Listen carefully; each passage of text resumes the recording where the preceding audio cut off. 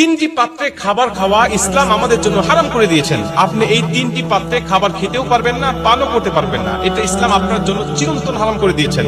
আপনি যত ধনী হন, যত টাকা পয়সা ওয়ালা হন না কেন, এই তিনটা পাত্রে আপনি খাবার খাইতে পারবেন না। যদি খান তাহলে আপনি হারাম পাত্রে খাবার খাইলেন, আর হারাম পাত্রে খাবার খাওয়ার কারণে হারাম আপনার ভিতরে ঢুকলো, আর হারাম ঢোকার কারণে আল্লাহ পাক আপনার ইবাদত বন্দেগীগুলো কবুল করবেন না। এক নম্বরে সহিহ বুখারীর 5426 নম্বর হাদিসের মধ্যে বলেন, প্রথম নম্বরে তোমরা স্বর্ণের পাত্রে খাবার খাইতে পারবে না, এমনকি পানও করতে পারবে না। এজন্য আল্লাহ পাকের বক্তব্য, প্রথম নম্বরে আমরা খেতে পারবো না স্বর্ণের পাত্রে। দুই নম্বরে, এটাও সহিহ বুখারীর 5634 নম্বর হাদিসের মধ্যে নবীজি বলেন, তোমরা রূপার পাত্রে পান করতে পারবে না, খেতে পারবে না।